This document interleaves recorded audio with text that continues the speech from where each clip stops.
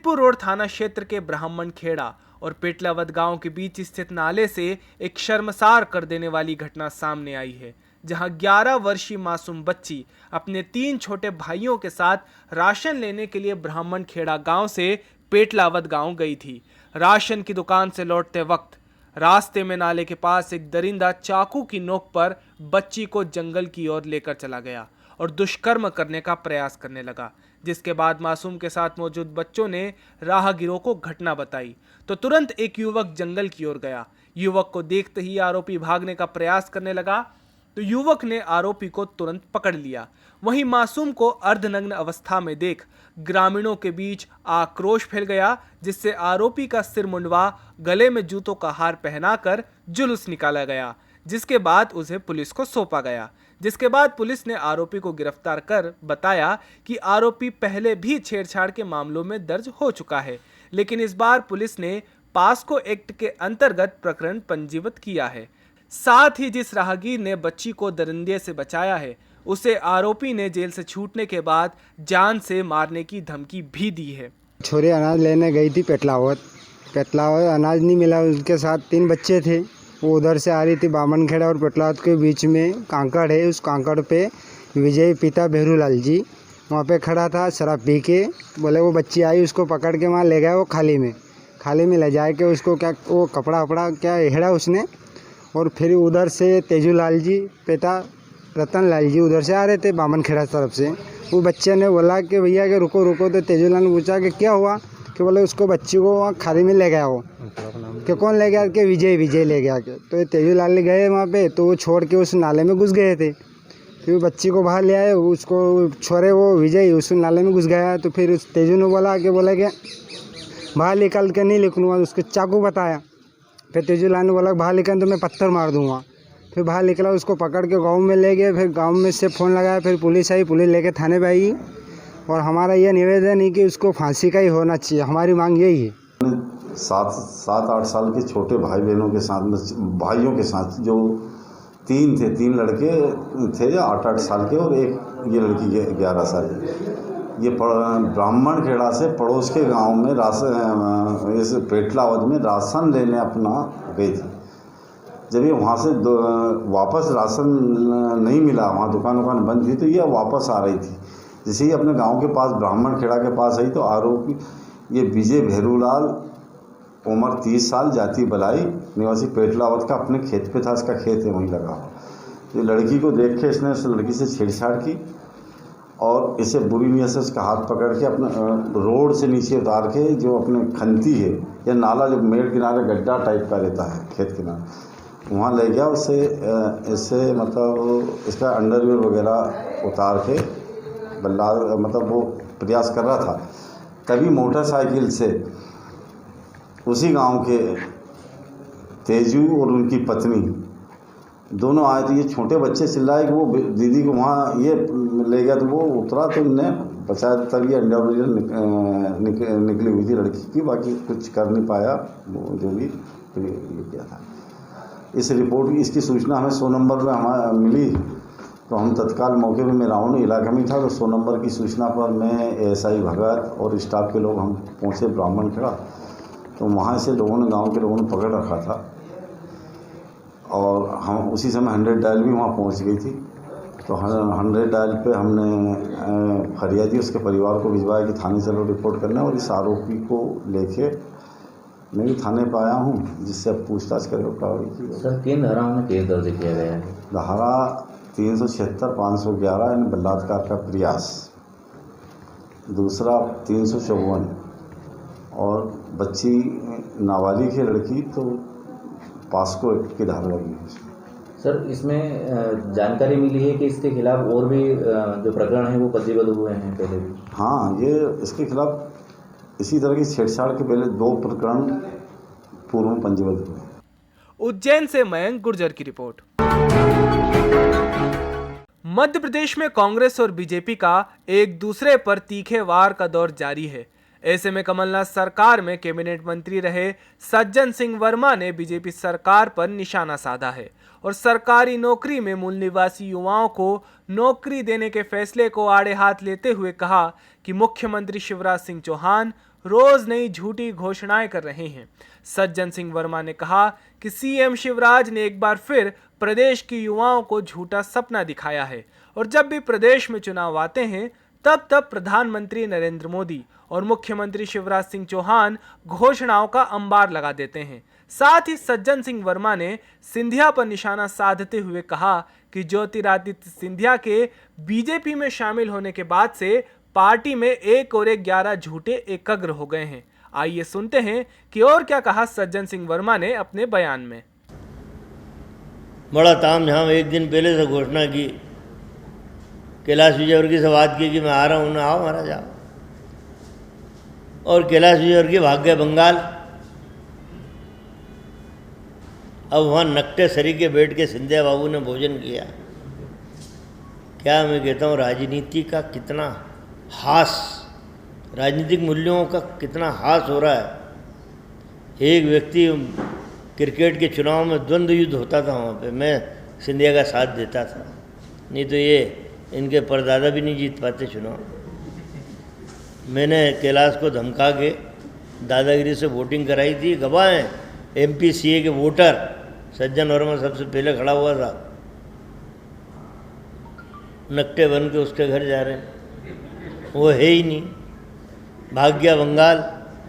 तो आज अपन नौजवानों की बात करने में नौजवान साथियों से आप सबके माध्यम से अनुरोध करता हूँ, बड़े रूप में नरेंद्र मोदी दिल्ली में स्थापित हैं। हर वर्ष 2 करोड़ नौकरी देने का वादा किया, सब जवाब दिखाए, 10 लाख नौकरी भी नौजवानों को नहीं मिली। चुनाव आते ही शिवराज चौहान ने रंग बदलना चालू किया, नौजवानों को सब जवाब दिखा रहे हैं। नौजवान साथियों, सावधान रहना, ये तुम्हारे सपनों को खरीद के चूर चूर करने वाली भारतीय जनता पार्टी है। दमदारी से जिस सरकार को तुमने 5 साल का मैंडेट दिया था, कांग्रेस की सरकार को, 15 साल के भ्रष्टाचार में शिवराज ने जितना पैसा कमाया था, उस पैसे के बल पे कांग्रेस के विधायकों को खरीद फरोख्त करके घिनौने षड्यंत्र से जो इन्होंने सरकार बनाई है। एक मौका नौजवान साथियों फिर तुम्हारे पास आ रहा है, एक ऐसा विजन वाला मुख्यमंत्री जिसने 15 महीने में इस प्रदेश में इतना कुछ करके दिखाया कि आज जनता खुद वाहवाही कर रही है कि मुख्यमंत्री हो तो कमलनाथ जैसा होना चाहिए, जिसने सामाजिक तत्वों को जेल की सलाखों के पीछे डाला, भूमाफियाओं को सलाखों के पीछे डाला, बार डांस की संस्कृति को इस प्रदेश से मिटा दिया, किसानों का कर्जा माफ़ किया, गौ माता की रक्षा के लिए गौशालाएँ खोली। तमाम ऐसे काम हैं। इसके बाद बड़ी महत्वपूर्ण योजनाएं थी कमलनाथ जी के पास, लेकिन छल बल कपट भ्रष्टाचार के पैसे से इस सरकार को गिराया। तो नौजवान साथियों, मैं आपसे अनुरोध करता हूं कि 2-1 महीने में जब भी चुनाव हो, भाजपाइयों से इनकी कूटनीति से ज़रूर बदला लेना, एक ऐसी सरकार की सिफारिश करना जो वास्तव में विजन वाली हो, काम करने वाली हो और आपके सपनों को साकार करने वाली हो। एक आखिरी डायलॉग नौजवान साथियों आपसे मैं कहना चाहता हूँ। मेरे नेता राहुल गांधी ने एक राष्ट्रीय बैठक में कहा था भारतीय जनता पार्टी के बारे में कि भारतीय जनता पार्टी की नीतियाँ, भारतीय जनता पार्टी का तमाम ओरा, इन सब से तो चुनाव होता ही है, पर तुमको चुनाव लड़ना है कांग्रेस के सिपाहियों, भारतीय जनता पार्टी के झूठ से तुमको चुनाव लड़ना है। ये इतने बड़े कलाकार हैं कि ये गंजे को भी कंगा बेच देते हैं कि भैया रोज़ इससे करा कर तेरे बाल उगाएंगे। तो ऐसे झूठों से भी तुमको, इतने बड़े झूठ से भी मुकाबला करना है। मैं समझता हूँ और निर्णय श्रीमान 1008 शिवराज चौहान ने लिया कि 5 लाख पेंशनधारी बुजुर्ग होते हैं बेचारा, पेंशनधारी तो बुजुर्ग हो गई, इनके लिए दवाइयों का प्रावधान खत्म कर दिया गया। हमारी सरकारें थी उस समय से हमने प्रावधान कर रखे थे कि उन पेंशनधारी बुजुर्गों को कम से कम स्वास्थ्य का लाभ तो मिल सके। 5,000 करोड़ रुपए का प्रावधान हर वर्ष इसमें होता है। माननीय शिवराज चौहान ने उन बुजुर्गों का भी ख्याल नहीं किया और पेंशनधारियों जो बुजुर्ग हैं उनके साथ अन्याय करने का काम किया। झूठे इकट्ठे हो गए हैं। उन्होंने कहा मैं सिंधिया साहब ने मैं विकास से कोई समझौता नहीं करूंगा, मैं हर वर्ग के लिए लड़ाई लड़ूंगा, सड़कों पे उतरूंगा। 6 महीने में अभी भाषण होगा उनका, आप सुनना 22 तारीख को ग्वालियर में क्या भाषण देंगे। मैं अभी से उसकी रूपरेखा आपको बता देता हूँ। ग्वालियर की जनता से मेरा खून का रिश्ता है, मेरी पीढ़ियों का, मेरी तमाम पीढ़ियों से मेरे परिवार का खून का रिश्ता है। जब ग्वालियर चंबल संभाग के लोग कोरोना से मर रहे थे, 6 महीने तक बाबू सिंधिया प्रसाद को ग्वालियर की जनता की याद नहीं आई। 6 महीने बाद इधर उधर से कुछ इकट्ठे कर लिए होंगे भाड़े के टट्टू, उनको बीजेपी में शामिल करने के लिए 22 तारीख को 6 महीने बाद किस तरह का खून का रिश्ता है, कैसा अटूट रिश्ता है, ये भाषण आप देख लेना 22 को होगा। जनता बताएगी। जनता भी ग्वालियर चंबल संभाग की ठान के बैठी की तारीख तो तय हो चुनावों की, फिर इस रिश्ते को बताएंगे कि रिश्ता असली है कि नकली है। साथियों, श्री शिवराज सिंह चौहान ने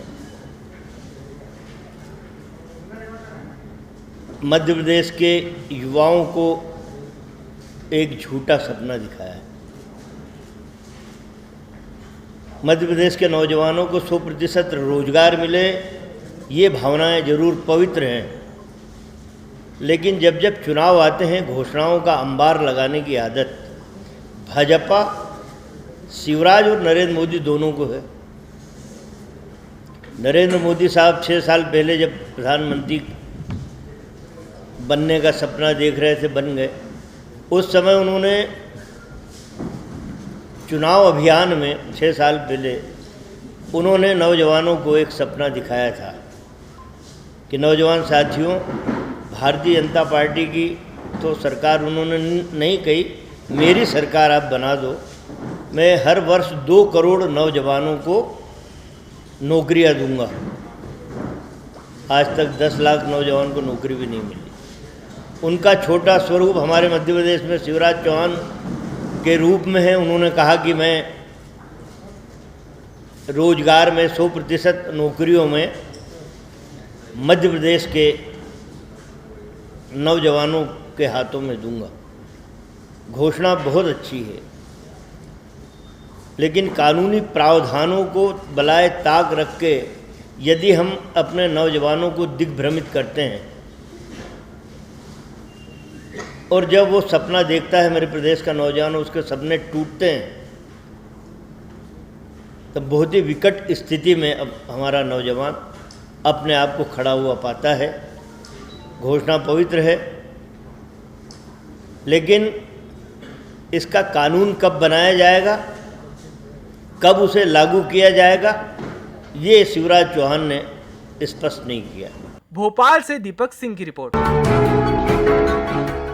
मोहल्ला अर्जुन नगर दिल्ली रोड हापुड़ में सफाई न होने के कारण बारिश का पानी मकानों और दुकानों में भर गया है, जिसके कारण मोहल्ले और कॉलोनी वासियों को काफी दिक्कतों का सामना करना पड़ रहा है, जिसके चलते रहवासियों ने अपना विरोध भी जताया, पर अभी तक कोई भी सुनवाई नहीं हुई है। जमे हुए पानी से कई तरह की बीमारियां भी जन्म लेती है। नगर वासियों का स्वास्थ्य खतरे से घिरा हुआ है, लेकिन जिम्मेदार लोगों के कानों में जू तक नहीं रेंग रही। कोरोना को लेकर स्वास्थ्य मंत्री प्रभुराम चौधरी का बड़ा बयान सामने आया है। चौधरी ने कहा कि सरकार पूरी ताकत के साथ कोरोना के बचाव में काम कर रही है और जनता को जागरूक करने की कोशिश लगातार कर रही है। साथ ही जन अभियान भी चलाया जा रहा है और टेस्टिंग कैपेसिटी बढ़ाने के साथ जहां ज्यादा केस निकल रहे हैं वहां बेड की संख्या भी बढ़ाई जा रही है। जिले में डिस्ट्रिक्ट क्राइसिस कमेटी को सब डिवीजन लेवल पर कर दिया गया है। साथ ही ज्योतिरादित्य सिंधिया के इंदौर दौरे के दौरान काले झंडे दिखाने पर प्रभुराम चौधरी ने कहा कि जनहितैषी काम कांग्रेस कर नहीं रही है। कांग्रेस के पास विघ्न डालने के अलावा अब कोई भी काम नहीं बचा है। सरकार पूरी ताकत के साथ में काम कर रही है और कोरोना के संक्रमण रोकने के लिए लगातार प्रयास किए जा रहे हैं। जनता को भी जागृत करने की कोशिश की जा रही है। जन अभियान चलाया जा रहा है। जिलों में डिस्ट्रिक्ट क्राइसिस कमेटी को अब सब डिवीज़न लेवल पर कर दिया है। आपके शहरी विकास के माध्यम से मास्क का डिस्ट्रीब्यूशन किया जा रहा है। ग्रामीण अंचल में भी जहां हाट और बाज़ार होते हैं वहाँ अनाउंस भी किया जाता है, लोगों को बताया जा रहा है। और जो टेस्टिंग की कैपेसिटी भी हम लोगों ने बढ़ाई है, ट्रीटमेंट भी चल रहा है। जहाँ जहाँ केस बढ़ रहे हैं वहाँ पर बेडों की जो व्यवस्था है, चाहे आईसीयू के बेड हों, चाहे हमारे वेंटिलेटर हों या सामान्य बेड हों, उनकी सबकी व्यवस्थाएं की जा रही हैं। लेकिन आम लोगों को सोशल डिस्टेंस का पालन करना पड़ेगा, मास्क लगा के रखना पड़ेगा, दूरी बनाए रखना होगा, तभी हम इसको जल्दी इससे कोरोना से निजात पा पाएंगे। कल ज्योतिरादित्य सिंधिया के नहीं, देखिए, जनादेश का खून तो कांग्रेस पार्टी ने किया है। आरोप वो गलत लगा रहे हैं। जो उनने वचन दिए थे उनको पूरा नहीं किया है। जनता की अनदेखी की गई है, इसलिए कांग्रेस की सरकार गिरी है। भोपाल से दीपक सिंह की रिपोर्ट।